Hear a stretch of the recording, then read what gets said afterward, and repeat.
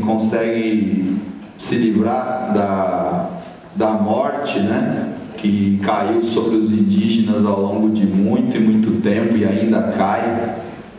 Muitos acabaram arrumando como maneira de se proteger, deixar de dizer que é índio e ensinar os seus filhos também a não dizer que é índio e não ensinar a cultura indígena. Então eu sou o resultado disso. Então, se de repente aqui na frente vocês não têm um indígena com a cor da pele da minha avó, isso tem uma explicação. Essa explicação ela pode ser encontrada através de fugas no meio do mato para se esconder de pistoleiros que queriam tomar terras para fazer fazendas de café em Minas Gerais. Assim como hoje os Guarani Kaiowá também se embrenham no meio do mato para fugir das balas de pistoleiros, daqueles que querem fazer fazenda de soja, de cana-de-açúcar e de boi. E que muitas dessas pessoas estão aí, né, no Congresso, estão aí, temos a bancada ruralista, e nós sabemos que no Brasil existe algum tipo de crime que, longe de mandar para a cadeia, ele faz com que se tenha cada vez mais poder.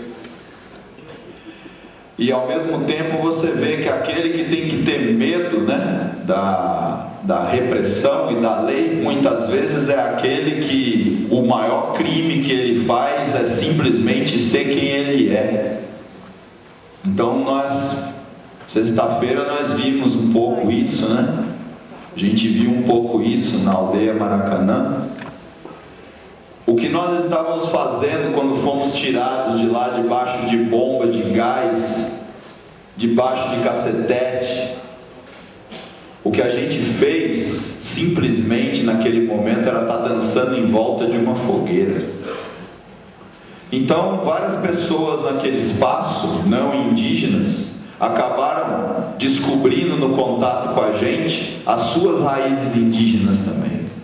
Muitas pessoas que não se reivindicaram indígenas passaram a se reivindicar indígenas e começaram a assumir a cultura dos seus avós, que foram esquecendo nesse processo que eu citei.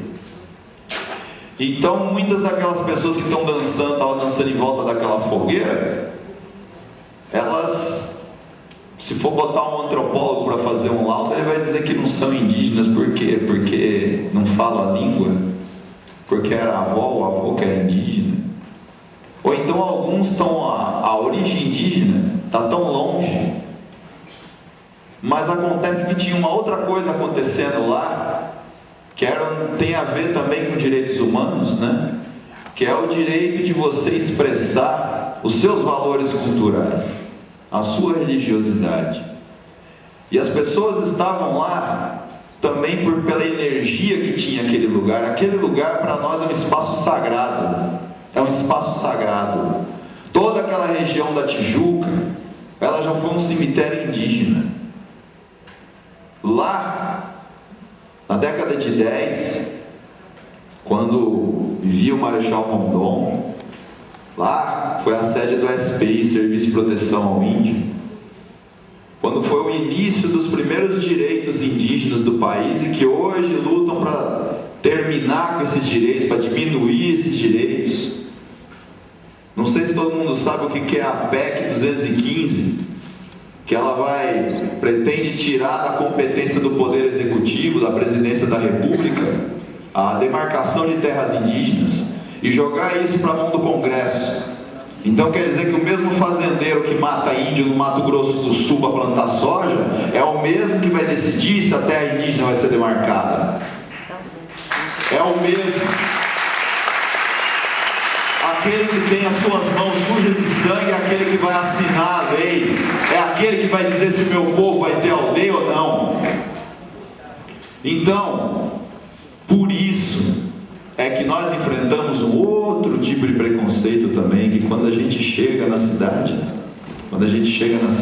eu peço desculpas de estar tomando tanto tempo, eu peço desculpas, mas acontece que eu sou obrigado a tomar esse tempo, porque não é todo dia que a gente tem oportunidade de estar falando com pessoas tão influentes desse país, com pessoas formadoras de opinião.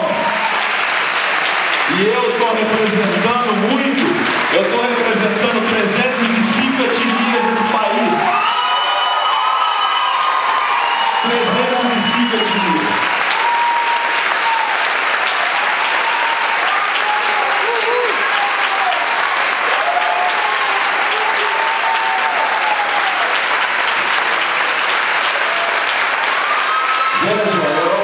Eu não estou falando agora, viu?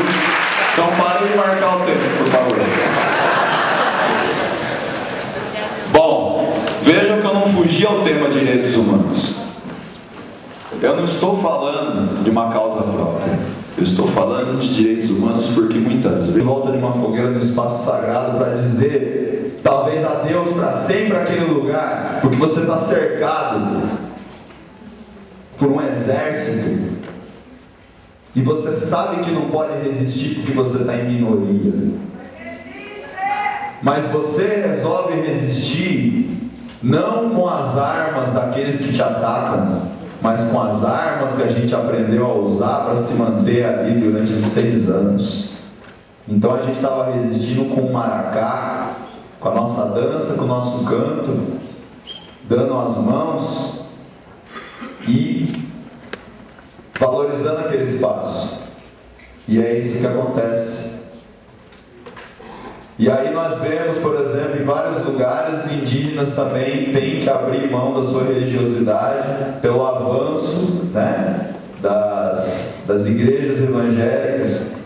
E aí não vou colocar todo mundo no mesmo saco, não, mas só que se você chega num lugar que você tem uma população que tem uma religião tradicional, você não pode achar que pelo Deus que você acredita, você tem o direito de matar o Deus que o outro acredita.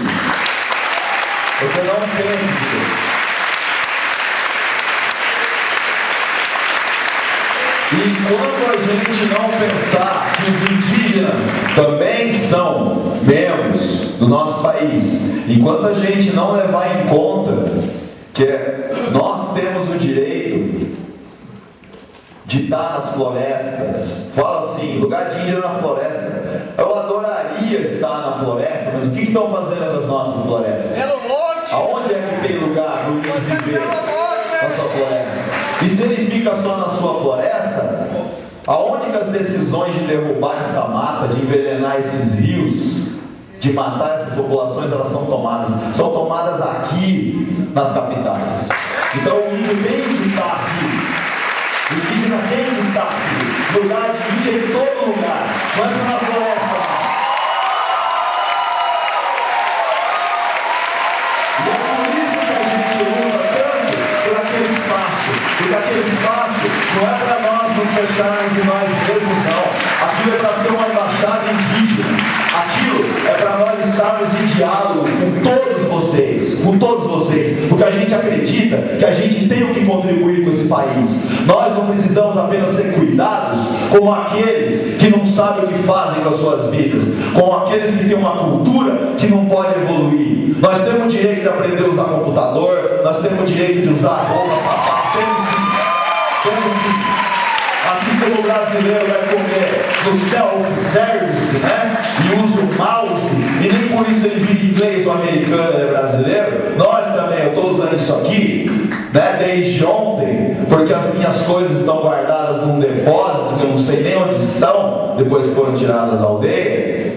Pois é, eu estou vestindo isso aqui, né? Mas isso não me faz menos indígena. Então, para encerrar, desculpa por me alongar, mas eu tenho que representar esse povo que está comigo, preciso.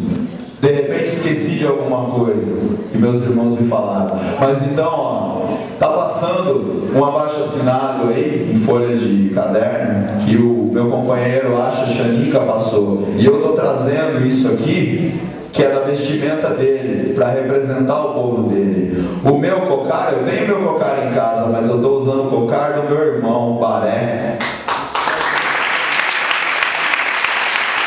Então, isso é só para lembrar. Nós temos aqui os Guajajara, ali no fundo.